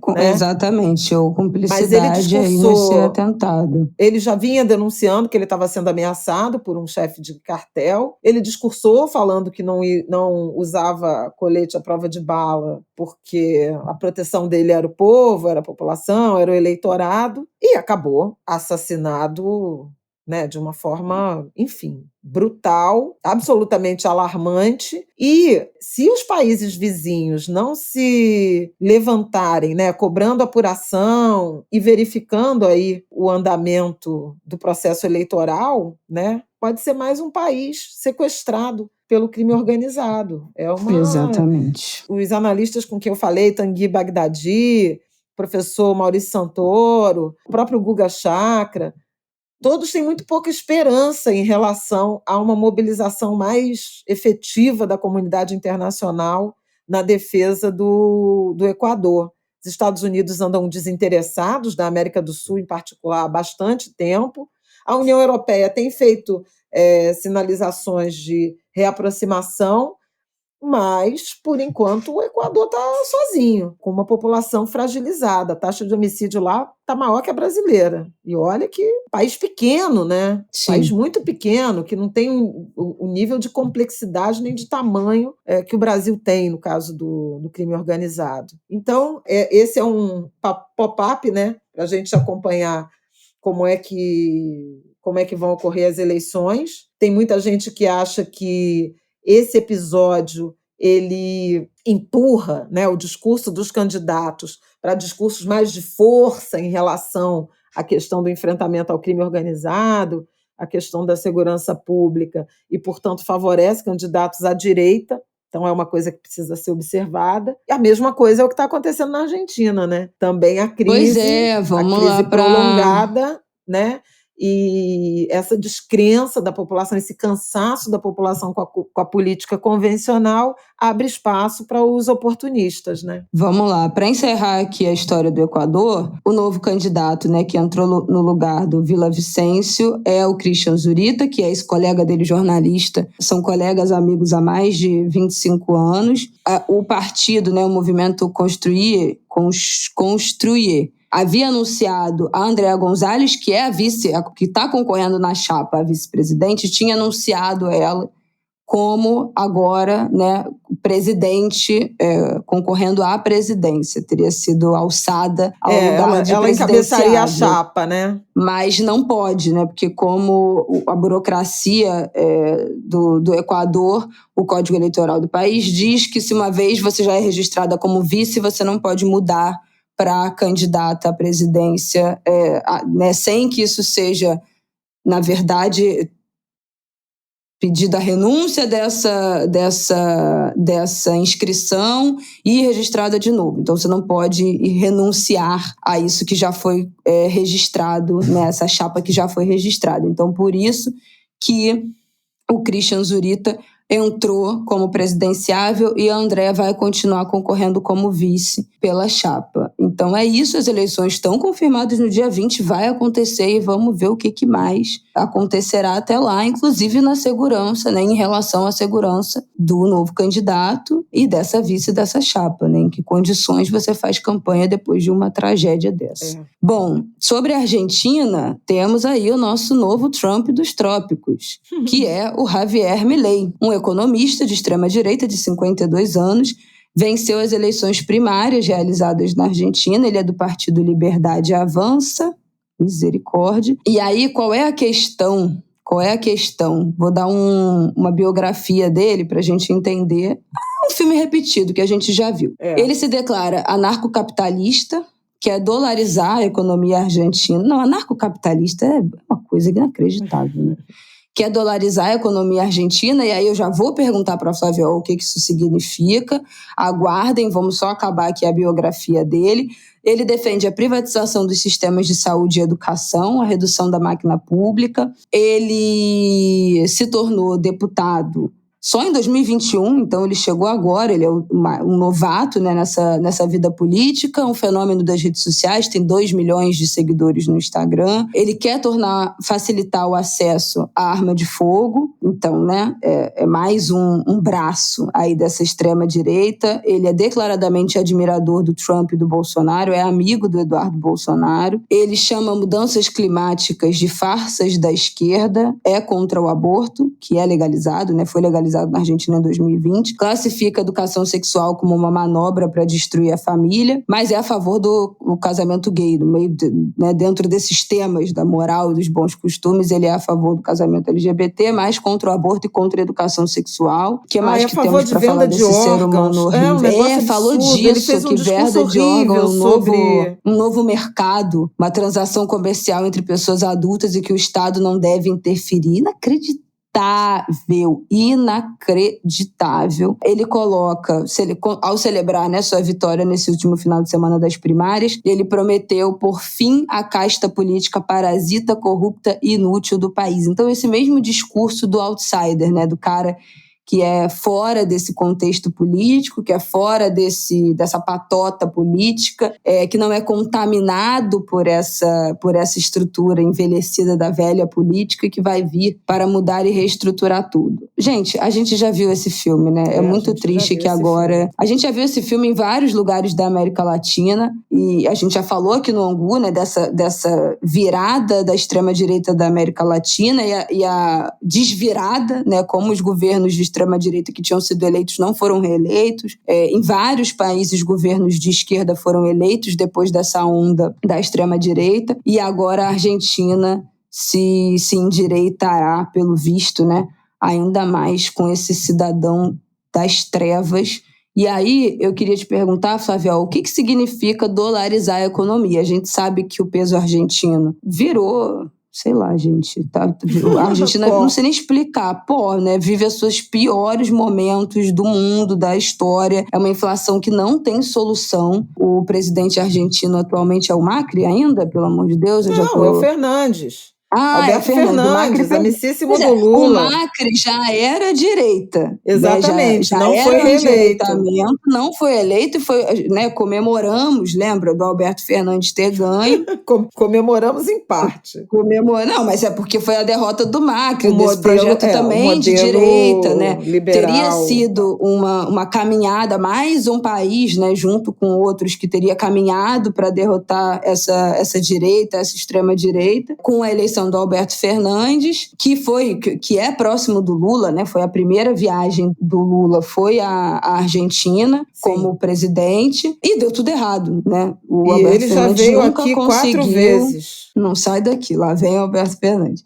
E ele não conseguiu resolver o buraco que a economia argentina se meteu numa inflação que é 180% ao mês, não é isso? Chegou assim a... Não, no ano, né? Passou de 100% ao ano. É. Ah, tá. Passou de 100% ao ano. Vamos ver agora... Não, nesse momento, né? Porque já teve, realmente, a Argentina teve um processo de hiperinflação, tal qual o Brasil. Mas tem problemas estruturais muito graves e isso tem, de fato, impedido, né, recuperação econômica. Tem muito populismo, muita pouca ênfase em algum controle de gastos, de despesa. É uma situação muito complicada a que a Argentina vive. Deixa eu só dar o câmbio aqui. Nesse momento, o peso argentino, R$1 está valendo 70 pesos argentinos e $1 está valendo... Peraí, deixa eu ver aqui. $1 está valendo 350 pesos argentinos. Então, para a gente ter uma noção... Mas esse aí é o câmbio oficial, o câmbio oficial, exatamente. No paralelo, que é o que efetivamente as pessoas têm algum acesso, passa de 500, eu acho. Né? Acho que o Ariel deu essa informação ontem. A situação da Argentina é muito dramática porque ela perdeu competitividade, né? Capacidade produtiva, tem muito controle de câmbio, teve calote na dívida, então ou ela não se financia ou ela tem que pagar taxas de juros muito altas. Tem uma escalada inflacionária que o governo não conseguiu debelar, nem o governo Macri, nem o governo Fernandes. Até por isso, o Alberto Fernandes decidiu não se candidatar à reeleição. Esse resultado da prévia que deu essa vantagem ao candidato porque a legislação argentina, os partidos são obrigados a participarem da prévia e nenhum candidato que tenha menos, eu acho que não sei se é 3% ou 1,5% das intenções de votos pode concorrer à presidência, como se passasse uma peneira em relação a quem está apto a se candidatar. Então, você faz essa prévia, as pessoas dizem em quem elas estão tentadas a escolher e, a partir da proporção de votos obtidos nessa prévia, formaliza-se as eleições presidenciais. Então, assim, você tira os nanicos, né, efetivamente, e promove uma eleição com candidatos mais competitivos. A extrema-direita ter tirado o primeiro lugar assombrou um pouco, né? Sim. Assombrou um pouco, não. Assombrou bastante. Tanto a direita quanto a esquerda argentina, que a gente já viu esse filme. E as ideias econômicas do candidato, né? Do Milei, né? Milei. As ideias econômicas do Milei são de pôr fim ao Banco Central e a dolarizar. Dolarizar significaria ou você adotar a moeda americana como moeda oficial ou uma conversibilidade em que $1, a conversibilidade entre a moeda local e a moeda americana, mas que tira totalmente as ferramentas de você operar a sua economia. Porque se você precisa de dólar para validar as suas operações, a menos que você tenha uma relação muito intensa com os Estados Unidos ou uma credibilidade que te permita atrair dólares, você fica numa situação de total penúria. Por exemplo, o Panamá é assim, né? É uma economia dolarizada. Mas o Canal do Panamá que é basicamente a conexão do Panamá com o planeta, é uma negociação, é uma fonte, né, de dívidas, de entradas de dólares permanentes no país. Além disso, o Panamá também se tornou um paraíso fiscal que também atrai muitos dólares naquela linha. Eu não pergunto para que é e você não precisa me contar. E isso não é exatamente passível de ser feito num país como a Argentina, né? O Equador dolarizou e nunca conseguiu, já tem mais de 20 anos, e nunca conseguiu aprumar a sua economia. Você perde a condição de impor taxa de juros. E olha que o Equador, eu estava lendo, ele tem 15% do PIB de remessas internacionais de migrantes. Então, gente que saiu, foi trabalhar nos Estados Unidos e manda dinheiro de volta. E isso vai azeitando a economia. Para a Argentina, é uma situação bastante difícil de ser viabilizada, a menos que ele acredite que ele implementa a dolarização. E os argentinos que têm dólares em casa, porque a moeda não oficial da Argentina é o dólar, né? A Argentina tem uma proporção de bancarização mínima, né? As pessoas não confiam, porque já teve muito confisco lá. Sim. Se ele acredita que haveria uma onda de confiança e as pessoas depositariam seus dólares de modo que o Banco Central pudesse operar. É difícil acreditar que isso aconteceria, né? Então, a Argentina precisaria ou tomar empréstimo para formar essa reserva ou vender muito para o exterior para atrair esses dólares. Não parece possível. E hoje teve uma mega desvalorização do peso, né, de 22%, esse congelamento aí do câmbio, justamente em razão dessas ideias do candidato que chegou em primeiro lugar com o mercado financeiro apavorado, né? Quem não tem dólar quer comprar e quer sair, né? Por óbvio. Então, assim, essas soluções muito aparentemente fáceis para resolver problemas tão complexos, elas, de modo geral, dão com os burros na água. Uma expectativa é que, justamente a partir desse assombro, os candidatos do espectro político diferente... Frente ampla. Uma frente ampla se forme, né, na direção de proteger daqui a pouco tá o Fernandes com o Macri, vai juntar todo mundo. Exatamente. É Lula, é Alckmin. Exatamente. É na direção de fazer esse enfrentamento, porque é efetivamente um canto da sereia. E o que ele falou sobre justiça social, sobre política social, é um assombro, realmente. É tipo um modelo Justo Veríssimo, que não sei se os angulhas têm idade para lembrar do Justo Veríssimo, mas era um personagem de Chico Anísio, que era um político corrupto, que tinha horror a pobre e falava isso, né, verbalizava isso. Quero que pobre se exploda. É um pouco essa percepção numa sociedade que empobreceu muito, né, que mergulhou numa crise econômica gravíssima e uma crise social também, mas ele ganhou as prévias em 16 províncias. Na maioria. Então, assim, é perigoso e acho que de consolo ou de alguma, digamos assim, algum alento é que o número de eleitores que participaram dessa prévia foi o menor, acho que o menor desde que o modelo está em vigor, eu acho que tem mais de uma década. Mais de uma década, foi só 70%, foi menos de 70% de participação e eles tiveram 30% de votos. Mas isso é aquilo, você pode pensar com o copo meio cheio, pouca gente participou, e aí como surgiu essa ameaça mais consolidada? No dia da eleição vai todo mundo participar, ou não, né? Ou as pessoas efetivamente abriram mão via abstenção e esse cara tem chances concretas porque esse campo da extrema-direita ele consegue adesão muito leal. A gente pode falar disso com o Bolsonaro no Brasil, a gente pode falar disso com o Trump nos Estados Unidos, a gente pode falar disso com o Brexit, que o plebiscito foi vencido, né, pelo Brexit, pela saída, né, pela escolha de sair da União Europeia, a partir de uma certa acomodação de quem era a favor, porque não achavam que ia perder, não foram votar e perderam. E agora até já se cogita, né, o Reino Unido parece, as pesquisas de opinião, muito arrependido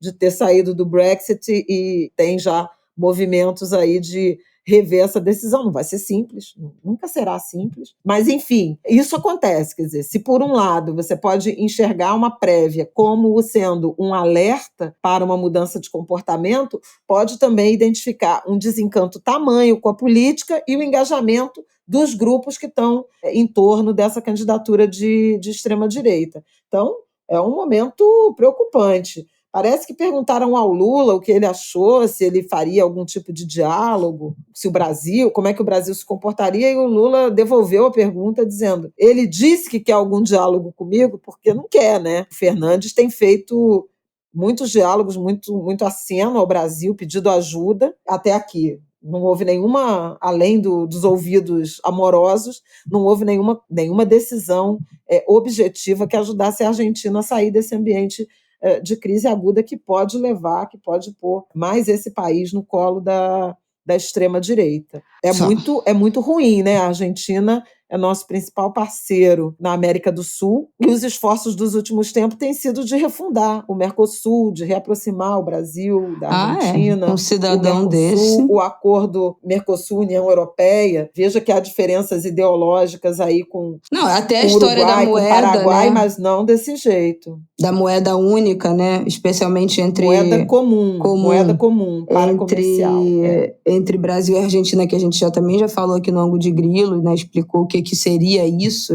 Um ser humano desse jamais vai estar de acordo com nada disso, né? O Bolsonaro foi um dos grandes responsáveis pela implosão do Mercosul. Última coisa para a gente fechar, os números, então, da eleição, né? Ele ficou com o Javier Milei ficou com 30% dos votos, muito além do que era o previsto e o esperado. Em segundo lugar, ficou a coalizão de centro-direita Juntos pela Mudança, que tem o prefeito de Buenos Aires, Horácio Larreta, e Patrícia Bullrich, ex-ministra de Segurança. Em terceiro lugar, ficou a coalizão de esquerda, que atualmente, né, governa o país, que é o grupo, essencialmente, hoje em dia, formado pelos peronistas. O Sérgio Massa, ministro da Economia, e Juan Grabois, um dirigente partidário. Então, são os representantes do atual governo, né? Então, gente, é isso. A gente já falou aqui também do Sérgio Massa, que foi a tentativa, né, que o ministro da Economia, que tentou o ministro da Economia. Segurar a inflação, resolver a economia. Como se fosse o Haddad, mas não deu certo. Resultados muito menos... muito piores. Bom, acho que é isso, né, minha gente? Acho que a gente já deixou os pop-ups aí dentro dos blocos, tem muita coisa pra gente acompanhar ainda. Aliás, que dia vai ser, de fato, a eleição, né, na Argentina, já que essas foram as prévias? É o quarto domingo de outubro, eu acho que é 22. 22 de outubro, exatamente. Então, a gente já tem essa data aí na frente. Vamos ver o que acontece nos próximos meses em relação... Qual vai ser a reação, né, dessas outras coligações para os próximos meses. Vamos acompanhar as eleições no Equador. Vamos falar disso na semana que vem, ainda que seja só um pop-upzinho. E acompanhar os desdobramentos dessas histórias da joia, o que vai acontecer com Michele Bolsonaro e o próprio Bolsonaro, né? E é isso. Eu acho que já demos os pop-ups. Para além disso, essa semana, acho que todo mundo vai ficar apreensivo, ligado também nos desdobramentos dessa história da Larissa Manoela, que deu a entrevista exclusiva para o Fantástico ontem. Uma entrevista... Eu sei que tem muita gente falando, nossa, coitada da Rica, não sei o que lá, mas é uma coisa horrorosa, né? Você pensar essa relação familiar desse jeito, né? De pais, que a gente sabe que não é só porque você é pai, que você é mãe, que você ama um filho, né? Mas é muito bizarro, né? Você se deparar com essa decisão dos pais pelo dinheiro e não pela relação com a filha, como ela foi enganada pelos pais, né? Ter direito a 2% do patrimônio que ela acumulou, uma pessoa que trabalha desde 4 anos de idade, assim, sem parar mesmo. A Larissa Manoela é uma pessoa que realmente não dá pra falar que ela não trabalhou. É impressionante, assim, como ela se destacou e teve sucesso em tudo que ela se propôs a fazer com o público dela, como ela é um dos maiores nomes, né, dessa geração que também tem aí Maísa, Priscila Alcântara, é meio que a mesma galera. A Priscila já é mais velha, né? Já é mais da minha geração. Mas ela regula ali com a Maísa, como elas duas foram as grandes estrelas dessa geração. E ela foi completamente traída e enganada, né, pelos pais. E com 22 anos só, né, ela é muito nova. Ela promover esse levante contra a própria família foi impressionante, assim. Eu fiquei muito impressionada quando eu vi que ela ia fazer uma coletiva, uma exclusiva, né, pro Fantástico, porque geralmente nesses casos, as pessoas só dão nota, tentam abafar a história, mas ela resolveu falar. Acho que foi uma decisão estratégica também muito importante, né? Porque ela decide abrir mão de 18 milhões, que seria o patrimônio dela, ou pelo menos o patrimônio que ela sabe que ela tem, ou que ela teria direito, porque é impossível, com 18 anos de carreira, do tamanho que ela tem, ela só ter ganhado, só, né, entre aspas, né, minha gente? Mas só ter 18 milhões, não tem como, né? Ela já tem muito mais dinheiro com isso. Inclusive, eu cheguei a ler umas pessoas comentando que a projeção é que ela lucre, ela ganhe, ela fature, né, 70 milhões por ano. Então, assim, é óbvio que com essa declaração, com essa entrevista, todo mundo vai atrás dela, ela vai ganhar esse dinheiro em 3 meses, ela vai repor todo esse dinheiro. É verdade. Mas às custas de dinamitar de vez uma relação familiar, né, a mais próxima que você tem. Então, é óbvio que financeiramente ela está absolutamente resguardada pelos próximos trabalhos que ela fizer, mas é uma relação que acabou. E eu acho que ela ainda é muito permeada por essa culpa, né? De expor isso, de colocar. Não tem como, gente, você passar por uma situação dessa e não ser destruído, né? Emocionalmente, assim, por maior quantidade de dinheiro que você tenha. Acho que todo mundo ficou chocado, né? Assistindo essa entrevista do Fantástico. Foi o assunto da noite, foi o assunto dessa segunda-feira. E vamos acompanhar as novidades. O pop-up dessa semana vai ser o caso Larissa Manoela. E é isso, minha gente.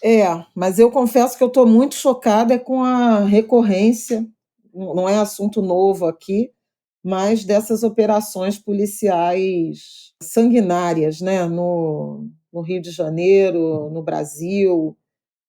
Na semana passada, o Lula teve no Rio para lançar o PAC e fez uma fala bastante forte, né, dirigida ao governador Cláudio Castro, falando da responsabilidade do governo federal e da necessidade de operações e ações conjuntas. Fez uma fala muito ruim, assim, um pedaço da fala muito ruim, falando de diferenciar bandido de pobre, como que avalizando a execução sumária dos criminosos, o que não é razoável. Mas no fim de semana morreu mais uma criança no Rio de Janeiro, a Eloá, de 5 anos. E essa situação realmente da segurança pública, sabe? Ela está num nível absolutamente inaceitável. Ela alcança estados de direita, de esquerda. Na semana passada já falamos sobre isso, o caso da Bahia, né? Rio, São Paulo. E é preciso algum tipo de medida que a sociedade se levante. O movimento negro está organizando um dia de luta, de manifestações no dia 24 de agosto, mas no caso da Eloá foi anunciado o afastamento do comandante do batalhão da Ilha do Governador, mas assim, é estarrecedor, sabe? O Fogo Cruzado estimou e calculou aqui no levantamento deles 16 crianças vítimas da violência armada no Rio de Janeiro, na região metropolitana, em 2023, 7 morreram. Quer dizer, uma criança por mês, né? Se a gente considerar que a gente ainda está no início de agosto. Então, é de fato um mal-estar, né? Uma situação insuportável ver o luto dessas mães, dessas famílias, ver que o modelo é esse modelo de confronto que, quando não mata, deixa sem escola, deixa sem atendimento à saúde. E na semana passada mencionamos aqui a gente falou isso, né? A pesquisa, né, que sairia do SESEC, né? Eu falei do Movimentos, mas é do SESEC, a pesquisa mostrando impacto na saúde física, na rede de atendimento à saúde, na saúde mental dos profissionais de saúde. dados muito impressionantes. Mais da metade da população das entrevistadas nas áreas conflagradas com episódios recorrentes de troca de tiros tem hipertensão, depressão, insônia prolongada, ansiedade, né? Diagnósticos graves. Quase 60% dessas pessoas tiveram notícias de unidades de saúde fechadas em razão de confrontos à bala. No município do Rio de Janeiro, 445 episódios de unidades de saúde fechadas no ano de 2022 em razão desses episódios de violência. Quer dizer, então, quando você não morre, né, não deixa uma família enlutada, você deixa gente doente, gente sem atendimento de saúde, criança e adolescente sem escola e, portanto, com o futuro comprometido. Gente, não funcionou. É preciso pensar em outras alternativas, se convencer de que o que se fez até aqui não deu certo e que só tem cada vez mais gente morrendo. E não dá para não ouvir isso, né, não pensar nisso e não achar que isso se enquadra e se configura exatamente como genocídio. Né? Porque é sempre o mesmo grupo, é sempre a mesma classe social, são sempre nos mesmos lugares, nos mesmos territórios, né? Quando diferentes técnicas de morte, seja a morte matada, seja a morte em vida, seja a precarização da saúde, que também vai resultar em morte, ou numa antecipação dessa esperança de vida, né? Porque é isso, ou você morre de bala, né, de tiro, ou você morre porque você não teve uma assistência de saúde, você não conseguiu ter acesso à atenção básica à sua saúde, ou você morre porque você entrou num quadro profundo de depressão, porque você perdeu o seu melhor amigo, o seu parente, a sua filha, que são essas mortes que não são contabilizadas, né? Quantas são as notícias das mães que perdem seus filhos e acabam definhando, morrem de tristeza. De tristeza, não tem outra coisa para dizer, né? Isso quando não desenvolvem outras doenças somáticas, psicossomáticas, autoimunes, também em consequência desse nível de estresse absurdo, dessa depressão. A gente já falou aqui sobre suicídio, as taxas de suicídio entre pessoas negras são as maiores, né? Entre jovens também. Como é que você vive? Como é que você tem esperança de vida? Como é que você tem saúde mental se você está vendo seus colegas e seus amigos todos, né, sendo assassinados, sucumbindo a essa desassistência foto absoluta. Terrível do Voz, aquela foto horrorosa, e eu não compartilho isso, porque eu acho que, gente, pelo amor de Deus, eu entendo o uso dessas imagens para chocar, mas a gente está falando de criança. São pessoas menores de idade. Qual é o limite dessa exposição da imagem de criança? A gente já falou isso aqui no Ângulo de Grilo.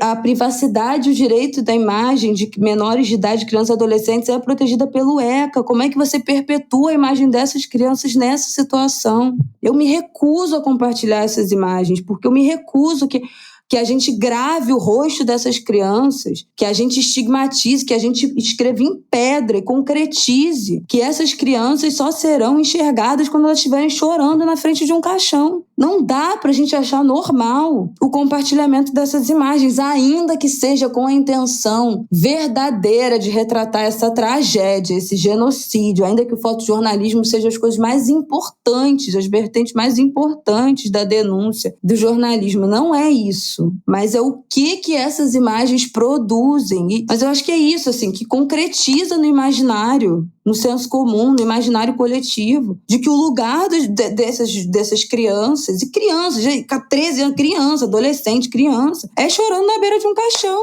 Então, assim, não dá, eu não posso. E aí eu falo isso, cada um tem o seu juízo de valor. Você acha que vale esse compartilhamento em nome do choque, de eventualmente acordar a sociedade? Faça aí o que você acha. Mas eu, Isabela Oliveira Reis, me recuso a gravar a imagem desses adolescentes desse jeito, que essa seja a única imagem que a gente é capaz de produzir de adolescentes negros de favela. Não é possível que a gente continue replicando. E assim, e se a gente entrar no direito à imagem, à privacidade, não pode. sabe assim? Não pode. Os pais dessas crianças, se a gente botar no pé da letra, teve autorização para divulgação dessa imagem dessas crianças, os pais autorizaram a distribuição dessas imagens, é menor de idade, não pode divulgar sem autorização. Então, tem questões muito complexas quando a gente fala dessas imagens, dessa divulgação dessas imagens, tanto das questões burocráticas objetivas da preservação dessa imagem, dessa privacidade de menores de idade, quanto do que a gente cria de imaginário subjetivo, quando a única coisa que a gente tem a dizer, a única imagem que a gente tem a mostrar são as mesmas crianças, os mesmos padrões de crianças e pais e filhos chorando na beira de caixão. A mesma imagem de um pai carregando o caixão de uma filha de 5 anos. É uma tragédia. Acabou, não tem mais o que fazer. Porque, assim, essas crianças que já morreram, acabou, não vai voltar mais. Uma criança de 5 anos, ela estava dentro de casa. A gente falou na semana passada isso, né? Dessa falácia do lugar errado na hora errada. É uma criança de 5 anos que estava dentro da própria casa. Não tem lugar errado, não tem hora errada. Então, assim, acabou. Não tem mais. O que, sabe? Assim, não sei. Eu não faço uma ideia. Não tem como ter esperança numa situação dessa. O que você faz numa situação dessa? Eu não sei, sinceramente. Além de achar revoltante, desolador. Eu, sinceramente, gente, eu não sei. Mas, assim, é muito triste, é devastador. Já falei da necessidade de articulação, de participação do governo federal, né? Teve essa declaração do Lula.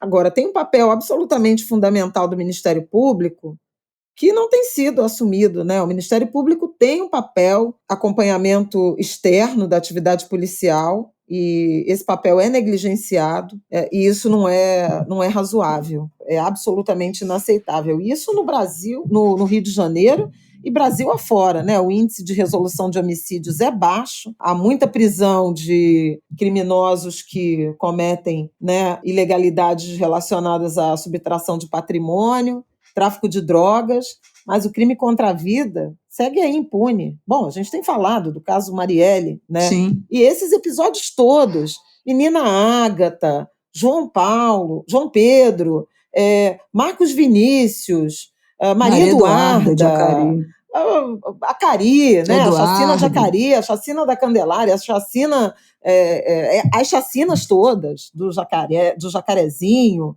do Complexo da Penha, Eduardo, no Alemão, você vê, é recorrente, né? São recorrentes os casos. A Marilda está fazendo 10 anos. E é recorrente, exatamente. Nunca foi. Aí ainda entra no rol do desaparecimento, né? Que até hoje o corpo não foi encontrado, os restos mortais não foram encontrados. Então você vê um ambiente de profunda impunidade. Ninguém é condenado, ninguém vai preso. E isso, obviamente, banaliza e estimula. A gente sabe que a impunidade, mesmo sendo abolicionista penal, mesmo sendo antipunitivista em alguma medida, mas isso é óbvio, que a impunidade, que o ambiente de impunidade que impera, ele não impõe nenhum freio nos abusos cometidos pela polícia. Então, assim, tem um lado do papel do Ministério Público, do papel das autoridades encarregadas de investigação, Polícia Civil, o Ministério Público, eventualmente em outras instâncias, Polícia Federal, a articulação do governo federal em relação a implementar, né, série de medidas, de ação em aliança, em parceria com governos de Estado. Quer dizer, cada instituição tem que ser chamada a cumprir o seu papel, né? A assumir a parte que cabe no latifúndio desse ambiente de extermínio. É de extermínio que a gente está falando. Não tem outra palavra. É isso, enfim, gente. É uma conversa recorrente nossa, né? Mas eu acho que, assim, de novo... Mas é uma tragédia recorrente. É aquele alarme que volta a soar, sabe? Uma menina de 5 anos. A Emily Rebeca, né? Também. Enfim, gente... Não dá. E assim, só discurso não está dando conta, não. Minha gente, é isso. Nada mais a declarar. Boa semana para vocês, se é que dá para desejar boa semana depois desse final desse episódio. Mas o que dá para dizer é que semana que vem a gente estará de volta no nosso episódio 200. A gente está preparando um convidado, mas a gente não sabe se vai ser no episódio 200. Ou se vai ser ali no 201. Porque nós, no dia 27 de agosto, nós fazemos 4 anos de Ângulo de Grilo. E no episódio da semana que vem é o nosso episódio 200. Então a gente ainda tá aí meio tentando entender se vai ser comemoração de 200, se vai ser de 4 anos. Mas estamos tentando e a gente promete que quando rolar, ainda que com atraso, terá valido a pena. Então é isso. Em breve, nossa edição comemorativa. E terça que vem a gente tá de volta. Minha gente, um beijo. Uma boa semana para vocês. Boa semana e cinto de segurança para enfrentar esse agosto. Adeus.